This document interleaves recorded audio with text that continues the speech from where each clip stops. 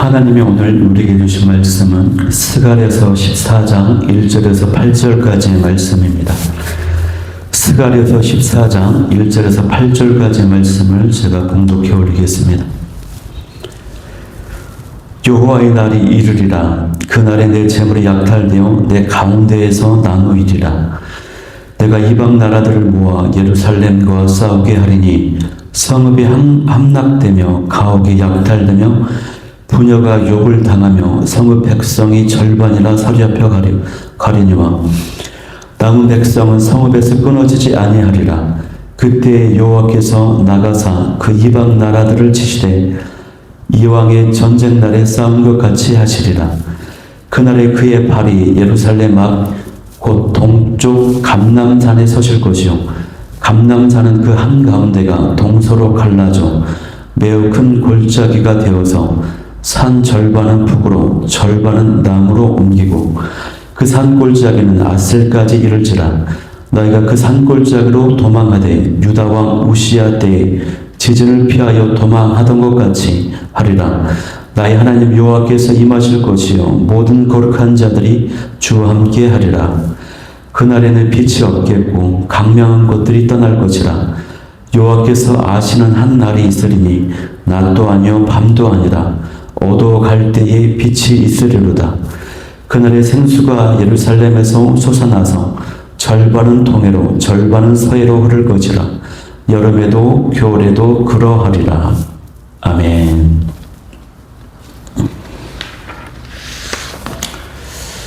네, 저는 오늘 이 시간에 빛으로 임하시는 구원자 하나님, 빛으로 임하시는 구원자 하나님이라는 제목으로 말씀을 나누도록 하겠습니다. 네, 오늘 말씀은 이제 스가랴 14장 말씀인데요. 14장 말씀이 이제 스가랴의 마지막 장입니다. 마지막 장인 만큼 여기에 이제 결론에 대한 내용이 담겨 있습니다. 본문에서는 이제 마지막 때에 일어날 중요한 일들을 다루면서 하나님의 구속의 역사가 완성된 것을 이제 보여줍니다. 묘사합니다. 그 완성된 그 모습, 그 사건은 메시아의 재림과 통치를 위해서 세상 국가들이 예루살렘을 대적하여 벌어지는 마지막 전쟁이 벌어진다는 것입니다.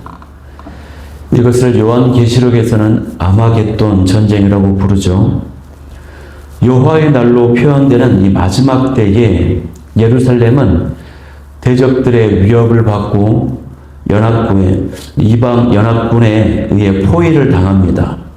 그때 천군 천사들과 함께 재림하시는 메시아가 이 대적들, 이방 연합군을 심판하시고 열국 중에서 남은 자들을 모으십니다.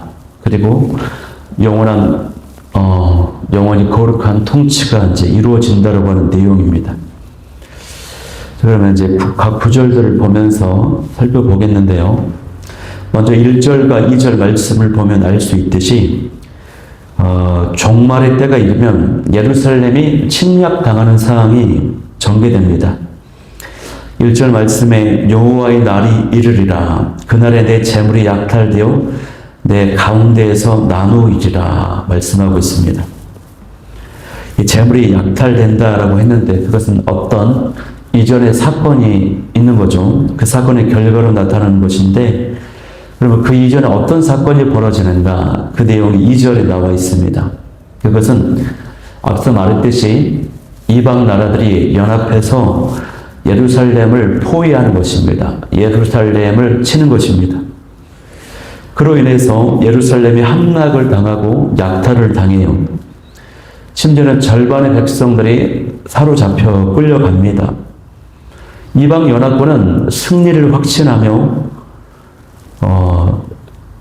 약탈을 심하게 전개합니다. 하지만 그 가운데 남은 자가 있을 것인데 절반의 백성들이 지켜진다라고 말씀하십니다. 여러분, 우리의 삶 가운데서도요, 여호와의 날과 같은 위기의 순간, 고난의 순간이 있습니다. 경제적인 위기, 건강의 위기, 관계의 단절, 그 밖에 여러 가지 문제들이 있습니다. 그러나 그때 하나님은 우리를 무너뜨리시려고 심판하시려고 하는 것이 아니라 연단시키시고 또 지키시기 위해서 또 도와주시고 또 하나님의 구원 계획을 이루고자 벌이신 일이라고 하는 것을 믿어야 될 줄 믿습니다. 그런데 이 2절 말씀을 자세히 보면요, 이 전쟁이 벌어지게 하는 주체가 여기 내가라고 되어 있어요. 내가 이방 나라들을 모아서 예루살렘과 싸우게 하리니, 이 내가가 누굽니까? 하나님이라고 하시는 것입니다. 어떤 의미입니까? 내가 싸우게 하겠다라고, 하나님이 싸우게 하겠다라고 하는 이 표현인데요. 이것은 하나님께서 이 이방 국가들을 부추겨서 예루살렘을 대적하도록 만드시겠다, 그런 뜻이 아니고요. 이 말의 요점은 뭐냐면 모든 나라들에 대한 하나님의 절대적 주권을 의미하는 것입니다. 하나님께서 허락하시지 않으면 벌어지지 않는 일이에요. 어떤 나라도 감히 예루살렘을 공격할 수가 없다고 하는 뜻이에요. 즉 역사를 이끌어 가시는 하나님의 주권과 통치, 이걸 나타내는 것입니다. 내가 이방 나라들을 모아 라고 하는 이 표현도 하나님이 역사를 이끌어 가시고 주권적으로 다스리신다, 이런 뜻을 가지고 있는 것입니다.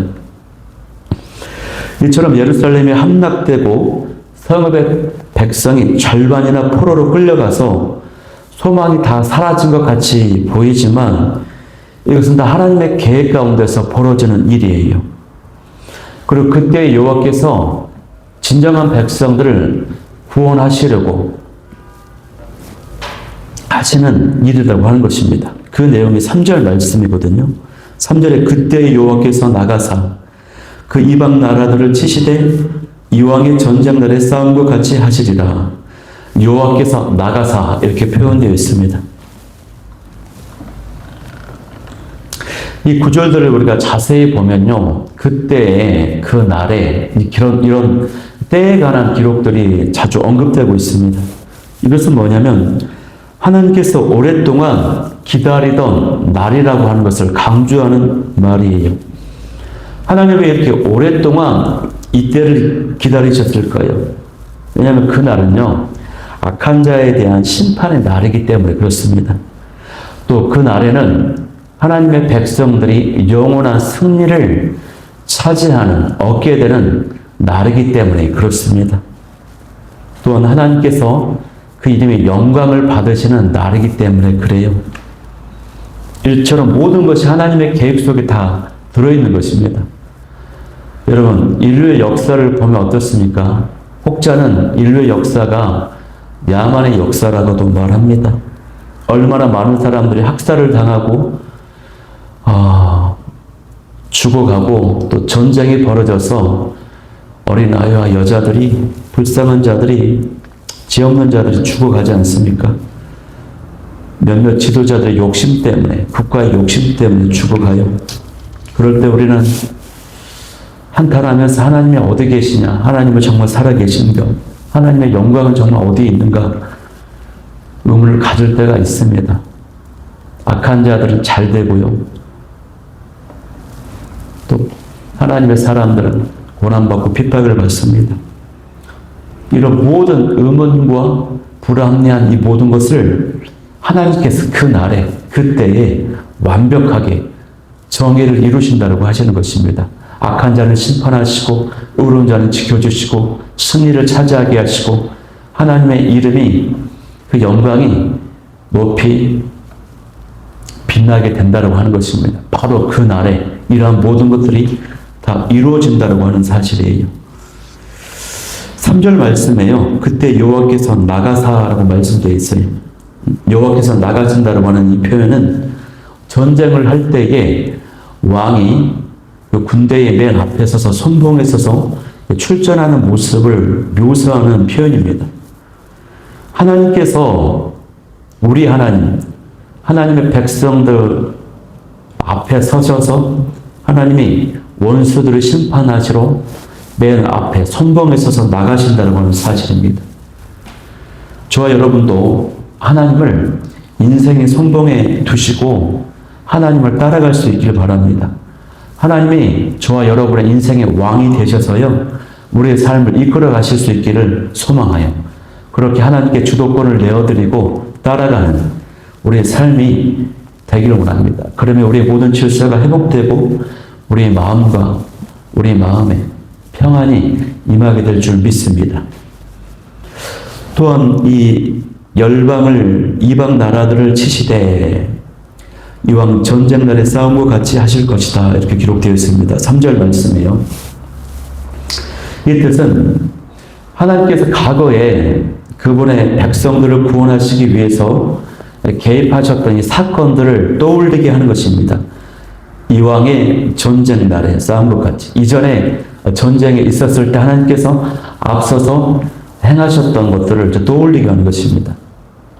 예를 들면 홍해 사건이나 여리고 성을 무너뜨렸던 사건이나 또 요단강이 갈라지었던 그런 사건들, 초자연적인 그런 역사심들, 그 가운데 보여주셨던 하나님의 능력을 떠올리게 하는 말입니다. 그런 것처럼 행하신다고 하는 말씀이에요. 이러한 그리스도의 오심과 승리에 대한 묘사가 4절에서도 계속되고 있습니다. 4절 말씀에 보면은 주님의 발이 서실 것이라 라고 하는 감람산에 서신다고 합니다. 주님의 발이 감람산에 서신다. 동쪽 감람산에. 이 감람산은요, 예루살렘 동쪽에 있는 산입니다. 이 산은요, 성전이 있는 시온산보다 한 10m 정도가 높다고 해요. 근데 이 감람산은 성경의 구약의 기록들을 보면은 메시아가 다시 오실 때 재림하시는 산이다라고 이렇게 기록되어 있어요. 하나님의 심판, 재림에 관한 예언들을 볼 때 예수님께서 메시아가 감람산에 임하신다 이런 기록이 있습니다. 근데 이것을 이제 상징적인 표현으로 볼 것인지 실제 정말로 감람산에 오는 것인지 학자들마다 견해가 좀 다릅니다. 그 나름대로의 근거들도 가지고 있어요. 어쨌건 이 메시아가 감람산에 서신이자 이 산이 둘로 갈라집니다. 동서를 강풍하는 계곡이 생기고 북쪽과 남쪽으로 나뉘어집니다. 왜 이 갈라짐으로 표현을 했을까요? 이것은 홍해 바다를 가르시는 사건을 떠오르게 하시는 것입니다. 홍해를 가르셔서 애굽 군대에게 쫓기는 이스라엘 백성을 구원하셨던, 그리고 이후에 애굽 군대를 전멸시켰던 그 사건을 떠올리게 하는 기록인 것입니다. 이처럼 하나님께서 산을 갈라서 그분의 백성들에게 길을 열어주신다 이런 뜻을 담고 있습니다. 이제는 하나님이 열어주신 길로 피하게 된다라고 하는 비슷한 맥락에서 5절 말씀에서도요, 또 우시아 왕 때 지진을 피해 도망한 사건처럼 하나님의 열어주신 길이다. 그 길로 사람들이 황급히 도망을 간다. 피할 수 있다. 이런 뜻을 지금 말씀하고 있는 것입니다. 이처럼요, 그 날에 예수님이 메시아가 재림하는 그 날, 여호와의 날에 많은 일들이 벌어지게 됩니다. 땅 위의 사람들에게만 아니라 자연 만물에게도 많은 변화가 나타나요. 그 내용이 이제 자연 만물에 나타나는 변화를 6절에서 8절 말씀에 기록하고 있습니다. 첫 번째로 자연 질서의 큰 변화가 나타나는데, 우주적 변화가 나타나는데, 그것은 6절 말씀해 보듯이 그날에는 빛이 없겠고 강명한 것들이 떠날 것이라 라고 되어 있습니다. 이 말은 해나 달, 별 이런 것처럼 빛을 발하는 이 모든 천체가 제 역할을 상실하게 된다고 하는 것입니다. 제 기능을 멈춘다고 하는 것이에요. 이런 비슷한 기록이 요엘 선지자에도 기록되어 있어요. 예수님이 임하시는 그 세상 종말의 때에 벌어질 이 말씀, 이 현상들인 것입니다. 왜 빛나는 것들이 멈출까요? 예수님이 빛이 되시기 때문에 그래요. 더 이상 우리 이 땅에 있는 빛이 나타내는 광명체들이 의미가 없어요. 예수님이 빛 되시기 때문에. 하나님의 영광 자체가 빛이 되시기 때문에 그렇습니다. 이런 창조 이후에 유지되어 왔던 오늘날의 이런 우주 만물의 자연 질서가 이제 파괴되는 이 현상은 이 묘사는 또 7절에도 계속이 되고 있는데 7절에 보면 또 이렇게 되어 있습니다. 여호와께서 아시는 한 날이 있으리니 낮도 아니요 밤도 아니라 어두워할 때에 빛이 있으리로다 라고 되어 있습니다. 낮도 아니고 밤도 아닌 그 날을 여호와의 아시는 한 날이라고 표현했습니다. 어떤 의미입니까? 이것은 초자연적인 현상이 일어나게 될 때, 그 놀라운 일이 벌어질 때, 그 날은 그 누구도 알지 못하고 하나님만이 아신다고 하는 사실입니다. 또 어두워갈 때에 빛이 있으리로다 라고 하는 말 역시 자연 질서가 파괴되고 오직 예수 그리스도의 통치하신 예수 그리스도의 영광과 빛 가운데 그 다스림으로 이루어지는 그 나라가 시작된다고 하는 것을 보여주는 말씀이에요. 새로운 질서가 세워진다고 하는 뜻입니다. 8절에도요, 이 날에 대한 설명이 계속되고 있어요. 그 날에는 생수가 예루살렘에서 솟아나서 절반은 동해로, 절반은 서해로 흐를 것이라. 여름에도 겨울에도 그러하리라. 라고 되어 있습니다. 이 생수는 생명의 물을 말합니다. 또 살아있는 물을 의미하죠. 우물처럼 고여있는 물이 아니라 솟아나는 물입니다. 솟아나서 여기저기 막 흘러가고 퍼져가는 것이, 즉 이것은 구원을 묘사하고 있는 것입니다. 하나님의 베푸신 구원의 역사가 끊임없이 나타나서 여기저기 흘러가는 것입니다. 에스겔 선지자도 이 구원의 물이 성전에서부터 흘러나올 것을 예언한 바가 있습니다. 그 말씀에 보면 에스겔 47장 1절 말씀에 보면 이렇게 기록되어 있어요. 그가 나를 데리고 정문에 이르시니 전에 전면이 동을 향하였는데 그 문지방 밑에서 물이 나와서 동으로 흐르다가 전 우편 제단 남편으로 흘러내리더라. 이 물이 계속해서 흘러 넘치는 것을 묘사하고 있는 말씀입니다. 이러고 보건대 이 구원의 생수가 흐를 것이라고 하는 이 구절의 주된 내용이 두 가지가 담겨져 있습니다. 첫째는 생명의 물이 절반은 동해로 나머지로 서해로 흐른다. 이것은 동해는 사해를 가리키는 것이고 서해는 지중해를 가리킵니다. 결국 이 말은 생명의 물이 온 땅을 적시게 된다. 유익하게 한다라고 하는 뜻이 있어요. 두 번째는 그 물이 여름에도 흐르고 겨울에도 흐른다는 것이에요. 당시 이스라엘 땅은요, 우긴 겨울철에는 물이 많지만 여름에는 말라버리는 게 특징입니다. 하지만 그날에 솟아나는 생수는요, 사시사철 끊임없이 계절에 관계없이 물이 풍족하게 흐르게 된다라고 하는 것을 말하는 것입니다. 그날이 임하면 이렇게 하나님께서 베푸시는 구원과 축복이 차고 넘친다라고 하는 것입니다. 이 모든 것이 그분의 백성을 위해서, 예수님이 있는 성도, 저와 여러분을 위해서 하나님께서 계획하시고 준비하고 계시고 있다라고 하는 사실이에요. 얼마나 감사합니까, 여러분? 근데 그것은 꼭 그 날의 때에만 이루어지는 것이 아니라 이 땅에서도 우리가 말씀과 기도로 생수의 근원도신 성령님을 의지하면 주님께서 그런 생수에 넘치는 은혜를 주시는 것입니다. 19세기 아프리카를 탐험하던 이 리빙스턴이요, 사막을 지나가다가 한참을 걷다가 모두 탈진한 지경이 되었습니다. 쓰러지기 직전이 되었어요. 그때 리빙스턴 전도팀이 무릎을 꿇고 사막에서 기도했다고 합니다. 주님, 당신이 이 땅에 생수를 주지 않으면 우리는 다 죽습니다. 그때 그 순간 기도를 마치자 그의 발 아래서 물이 솟구쳐 나왔다고 해요. 그래서 그 지역 사람들이 그 샘물, 그 지역을, 그 물을 리빙스턴의 샘이라고 불렀다고 합니다. 이 땅에서도 장차 하나님 나라에 가면 하나님께서 엄청난 축복과 구원과 생수를 넘치도록 준비하고 계시는데, 그 땅에 들어가기 전에 이 땅에서도 여러분, 우리 인생이 고난 가운데 있을 때, 항모지와 같은 길을 걷고 있을 때 하나님께서는 그 현장에서 생수를 준비하시고 생수를 부어 주신다고 하는 사실입니다. 여러분, 우리가 이제 말씀에서요, 예수님의 다시 오심에 대한, 그리고 오게 되면은 어떠한 일이 벌어지는지, 전쟁이 벌어지고, 세 가지 변화가 있는데 오늘 첫 번째만 나누었습니다. 그 첫 번째는 우주 만물의 질서가 바뀐다고 하는 것을 나누었어요.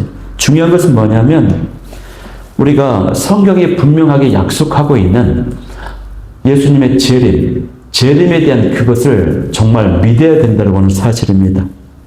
이것을 지금 성경이 계속해서 반복해서 밝히고 있는데요. 우리가 만약 이것을 확실히 믿고 받아들인다면 우리의 삶에 놀라운 변화가 나타납니다. 우리 삶이 바뀐다고 하는 것입니다. 그날에는 예수님이 오시는 종말의 때가 임합니다. 그날에는 심판의 때이기도 합니다. 그날이 온다라고 하는 것을 우리가 믿기만 해도요, 우리의 삶이 바뀌어요. 이런 모습으로 살지 않는다라고 하는 사실입니다. 어떤 목사님이 강력하게 외치시는 메시지 중에 하나가 뭐냐면, 교회와 목회자들이 또 성도들이 그 문제투성이인데 그 이유는 종말을 믿지 않기 때문이라고 일가를 하는 것을 제가 들었습니다. 이 세상에 끝이 오고 끝이 오면 심판이 임한다. 이것을 알고 있다면 그렇게 살겠냐고, 그렇게 엉터리로 형편없이 살겠냐고, 특히 목회자들에게 일침을 가하는 그 메시지를 들은 적이 있습니다. 우리가 이렇게 사는 이유, 종말을 믿지 않기 때문이라고 하는 것입니다. 심판의 때가 오는데 그때가 오지 않을 것이라고 생각을 한다는 것입니다. 정말 공감이 가는 말씀이었어요. 우리 모두가 재림의 때가 있고 종말의 때가 있고 끝이 있고 심판이 있다는 걸 기억하고 우리가 항상 깨어있는 모습으로 나아가는 저 여러분이 될 수 있기를 소망합니다. 그런데 그 날은 언제 오실지 알 수가 없습니다. 확실히 오시지만 언제 알 수 없기 때문에요. 그래서 우리가 그 날을 위한 준비를 매일매일 깨워서 해야 되는 것입니다. 만약에 한 달 후에 온다라고 우리가 분명히 알게 된다면 한 달 전까지만 엉터리로 살고 남은 한 달 동안만 깨워서 바른 모습으로 살 것입니다. 그러나 우리가 알지 못해요.